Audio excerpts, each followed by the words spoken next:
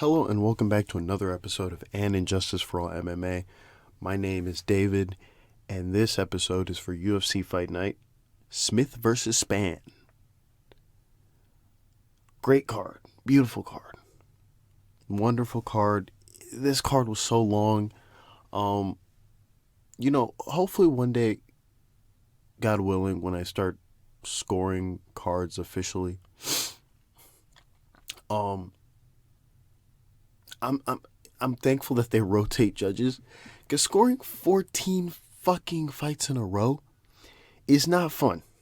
In fact, it's fucking mentally draining, tiring, and while I do enjoy the fights, I'm scoring the fights, so I'm not enjoying them. But then again, I mean, when I was enjoying them, I was still scoring them, so it's the same thing. It's whatever. Let's just get into the main bits, which is there are no injustices on the card. If I sound a little more tired than I used to, it's not because I'm tired from watching 14 fight cards. It's because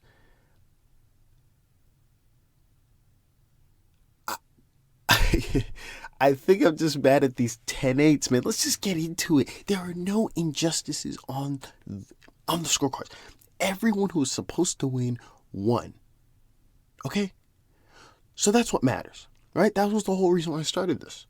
Because I wanted to just whine about, this person won, these cards are pristine. I mean, will we ever get an immaculate scorecard?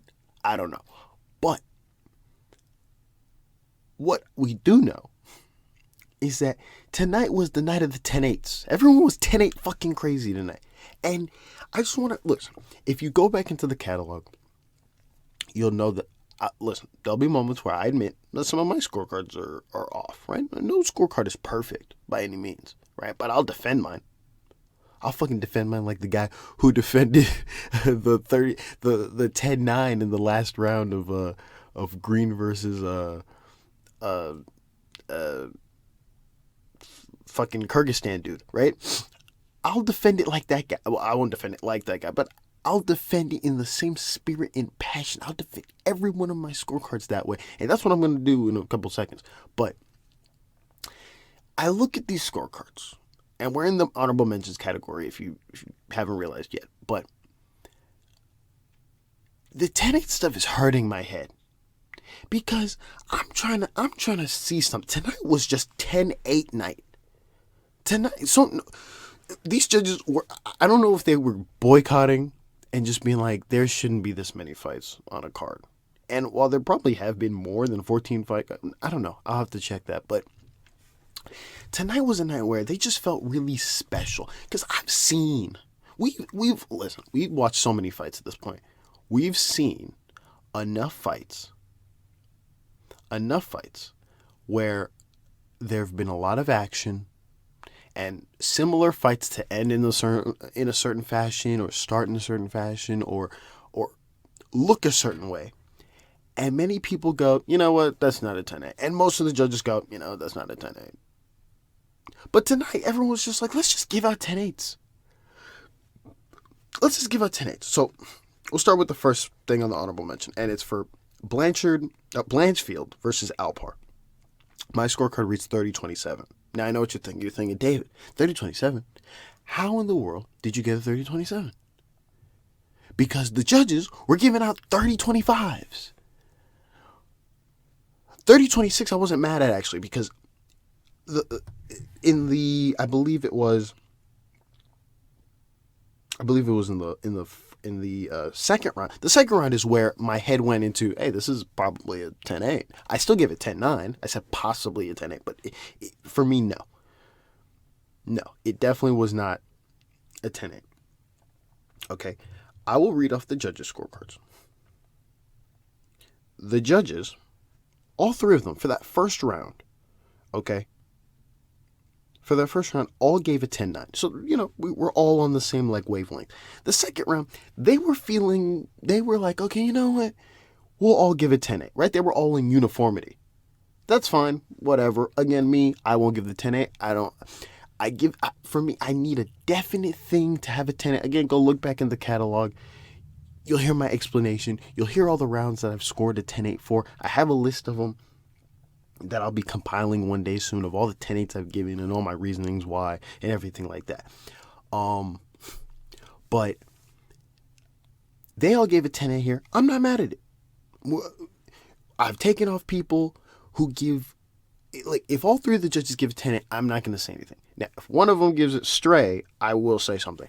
Now, we go to the last round, where Derek clearly finally realizes, hey, there's something off about this last round here. There's something off about it. This isn't a 10-8. Now, here's my problem. Here's why I piss at these scorecards, right? Because I sometimes I catch myself and I listen back and I think, you know what? You're shitting on the judges because they gave this particular score and blah, blah, blah. And you're thinking to yourself, you probably shouldn't have criticized them for that. But then you think, I'm not criticizing because they gave the 10-8. I'm criticizing because they're not consistent. That's my problem. That's my problem. You cannot give a 10-8 for the second, okay, and then decide, you know what, I'm just not going to give a 10-8 for the third. Once you've hit that road, okay, once you've hit that road, you have to stay on that road. You can't, because if you score the second round of Blanchfield versus Alpar a 10-8, then you score the third a 10-8.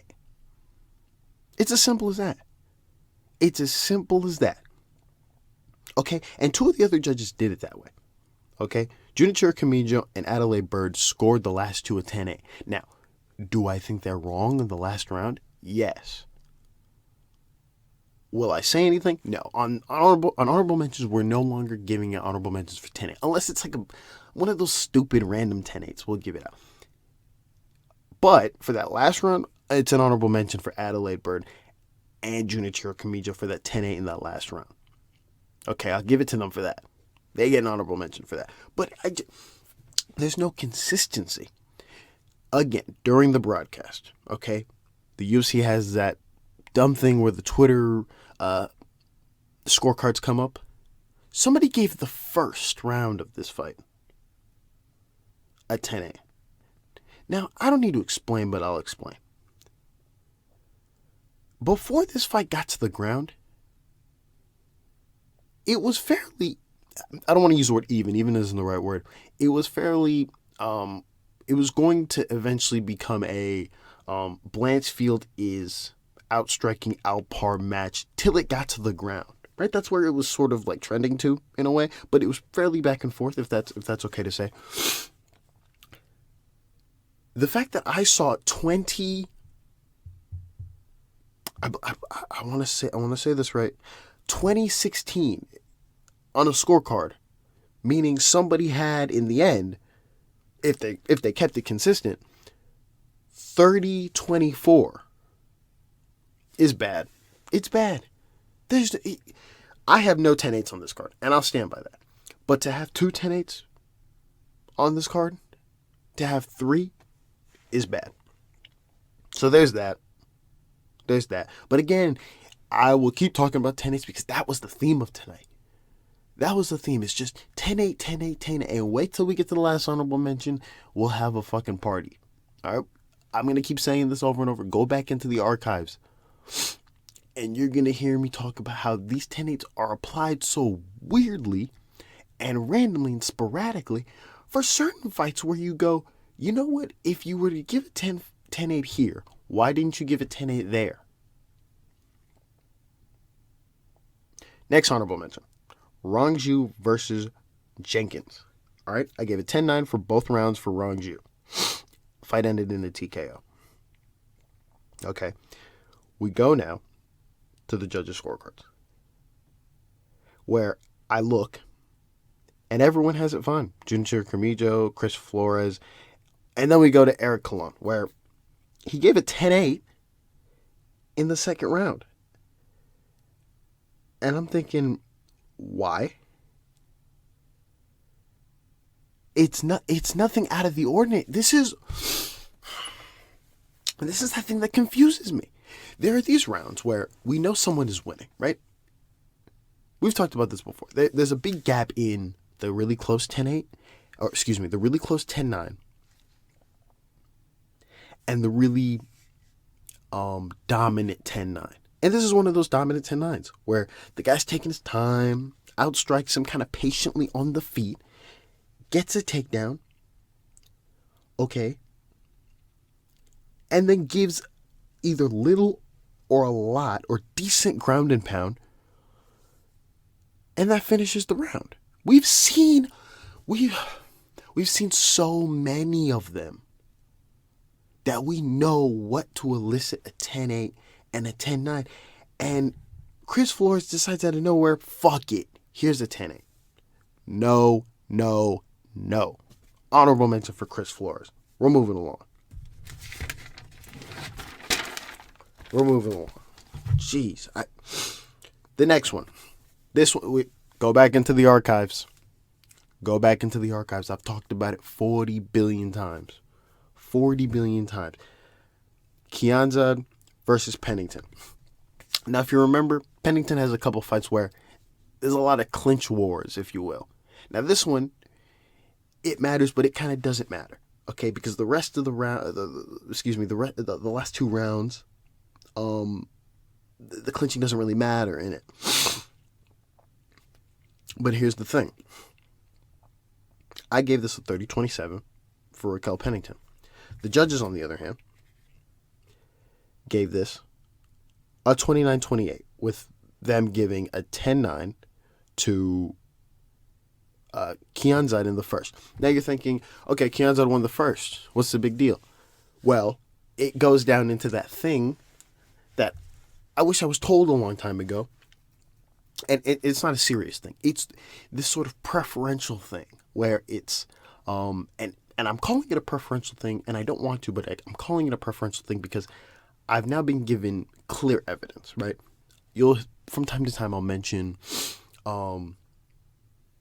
certain fights that were clinch wars, and the person I thought won didn't win because of something that someone will have to explain to me. But it seems to me is the perception. You see, Raquel Pennington outstruck Kianzad in that first round. But Kianzad controlled her well on the fence. That goes back to my number one example, which is Parisian versus Martinez. Same thing. All three rounds of that fight is basically Kianzad versus Pennington round one, where Parisian is holding Martinez against the fence, and Martinez is just bam, bam, bam, bam, bam, bam, bam. Again, it's slightly different because Martinez is just constantly hitting, but Pennington is chipping away kind of slowly and obviously lands more strikes. It's one of those things, man, that's just, you know, if you were like, how do you say, if you were like a coach, right, a cornerman, you'd probably be like, get off the fence and do this in the center, right, because this won't help you on the scorecards. But for me, being a fucking crazy person with these scorecards, I fucking hate that scorecard. Now, I can't say honorable mention. I can't say it's a bad scorecard because that just seems to be the consensus thing with them, right? Occasionally you'll see, again, with that Parisian fight, you'll see it differently, right? There was a judge who scored it in Martinez's favor for that round, I believe, for that first round. Or for one of those rounds that I believe he won, or two of them, because I believe it was a split D, if I remember correctly. Yeah, so they believed he won. So obviously, my philosophy isn't dead. Someone obviously thinks he won, but I can't give an honorable mention. I just wanted to highlight why my scorecard reflected a 30-27 instead of a 29-28. So there's that. Next, we go to Buckley versus Arroyo. I think I'm calmed down now. I'm simmered down now. I'm chill. But this one also gets me. It doesn't get me too much, but it gets me a little bit. The first round I thought was very close. They were doing that thing where I wish I had an example for this, but we know of fights where the first round is basically just a feeling out process, really. And you can kind of give it to whoever. I gave it to Buckley. I felt Buckley landed the more shots, the more cleaner shots in round one. Obviously, all three judges said "fuck you, David," and gave it to Arroyo, which is fair. I possibly could have gotten that wrong, so I'll admit it if I'd gotten that wrong. If I got that wrong, it's an honorable mention for me. But until then, it's a close round, and I gave it to Buckley. But here's what I know I didn't get wrong. And that's the second round being scored for Buckley, because Buckley landed the more shots, and that's definite. That's definite. You don't need a translator to tell you that. I gave it 10-9 to Buckley in the second, until obviously he ended it with a TKO. But if we go to the scorecards here, Saul D'Amato and Tony Weeks gave it 10-9 to Buckley, but Junichiro Kamijo gave it 10-9 to Arroyo in that second. Terrible.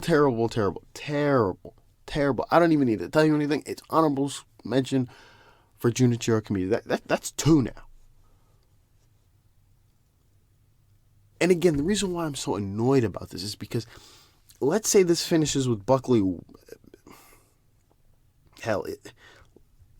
Listen, with Buckley winning, because if Arroyo were to win this, it doesn't matter. It's a 30-27 and a 29-28. Right, for the other two judges. But if Buckley wins, it looks like a split D, and now we have to talk about, like, did he win, did he not win? When it was a lot closer than it's looked out to be on Junichiro's scorecard. But yeah, honorable mention for Junichiro Kamijo. And finally, the last one. The best one. Again, I told you, this 10-8 craze is nuts. And it's funny how everyone's been talking about 10-8s. There's been like a giant debate over 10-8s ever since, not McGregor versus Poirier, but ever since basically Israel versus Jan, where you would think regular judges would score that at 10-9. It's just a standard kickboxing match in the first fucking 3 minutes, and then the last 2 minutes someone gets a takedown and just keeps you there and wins the round. It's the standard. We've seen it 50 times. And ever since that moment, we've been arguing. Now, on that occasion, we all came and we all just were like, yo, this is a 10-9. We're not stupid. We're not dumb. This is a 10-9. You fucked up the scorecard. Go back into the catalog. You will remember me talking about the infamous Cutelaba versus Jacoby fight, where I believe that 10-8 fight, that 10-8 round they gave him. And if I want to say if I remember correctly, 2 judges or 1 judge gave that 10-8. I don't think all 3. But anyways, I explained it. I don't remember, but I go back in the catalog. I explained it heavily on why that's not a 10-8. And they did it again. When I think of Cutelaba, I think of when Jesse said, he can't keep getting away with it. He can't keep getting away. Cutelaba is Heisenberg. He shaved his head. He's full Heisenberg. He keeps getting away with it. He keeps fucking getting these judges. And here's the thing. I'm not going to give an honorable mention for that first round. Okay, so I'm going to show you my scorecard for the first round. My scorecard is 30-27 for Cutelaba. Junichiro gave it 29-26. You go, what? Tony Weeks gave it 29-27. You go, what? Saul D'Amato gave it 30-26. And then you go, okay, right, because of the 10-8 nonsense. Now, real quick, just the lingering thing in the background before we get to the 10-8 noise, okay, is the last round, right? Clark is active from the bottom for when he's on the ground, but it's not. It's nothing. It's nothing that gives him the round. He gets a takedown that's very important, and at the end he kind of finishes with some grind and pound, but it's not enough to win him the round. Cutelaba gets 3 takedowns in that round. 3 takedowns. That is his round. And I'm glad Saul D'Amato saw it that way. That is his fucking round. Done. So off rip, it's honorable mention. It's an honorable mention for that round 3 for Tony Weeks and Junichiro Kamijo. Now, like I said before, I won't do the whole 10-8 bit. I'm not giving them up the 10-8. But I'm just... No. I will. This is a different 10-8. They're doing it again. Let's move over to the 10-8s. We're going to move to the first round, the round 1 10-8. This is a sort of resemblance. It's not the same exact thing. It's a little different. So they definitely have the case in this one. Just like the last one, there was a blip of Jacoby just getting hit with elbows, and then everyone decided, hey, this is a 10-8, or those judges, excuse me. In this one, it's close on the feet for a little bit, and then boom. Clark gets dropped. Cutelaba starts going with ground and pound to end the round, basically, essentially 1 minute 30 to end the round. And they decide, hey, fuck it. Here's the 10-8. Okay. It's another Cutelaba 10-8. Classic Cutelaba 10-8 that shouldn't be there, but they gave it to him. All right? You can't really do nothing about it. I gave him the honorable mention, all of them, but you can't do nothing about it. But Junichiro Kamijo, again, he's just decided, you know what? You know what, guys? As if I didn't fuck up the last couple scorecards. As if I didn't mess these up. You know what I'm going to do? I'm going to give it to him again. I'm going to give him another 10-8. To where the other 2 judges rightfully understand that it's a regular 10-9. Okay, in that 10 in that second round, Cutelaba gets two takedowns, one with ground and pound. It's not serious ground and pound, but it's regular ground and pound. Two takedowns. One of those takedowns is decent ground and pound. And Junichiro decides to give a 10-8 again. That 10-8 is most definitely, okay, if you're going to argue with me about the 10-8 in the first, whatever, that 10-8 in the second is so unnecessary and doesn't belong and is so out of place. And he gives it to him. That is bad. That is absolutely bad. That gives Devin Clark no chance of coming back. 0 chance.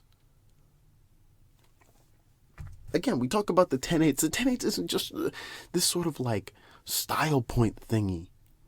It's like it still matters in a sense that the other fighter still has to fight. It still matters. Or else we would just or else we would just go, you're screwed on the fucking scorecard. Listen, this one enraged me the most. This one, the Blanchfield one, I mean, these 10-8s were just nonsense. Just absolute nonsense. And if I go back to the Blanchfield one, just real quick.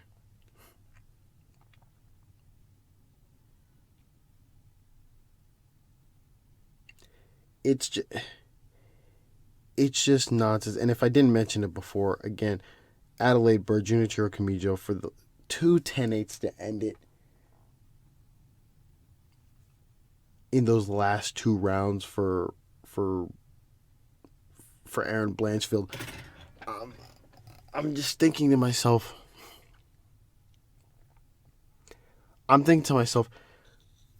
two of those rounds are entirely different.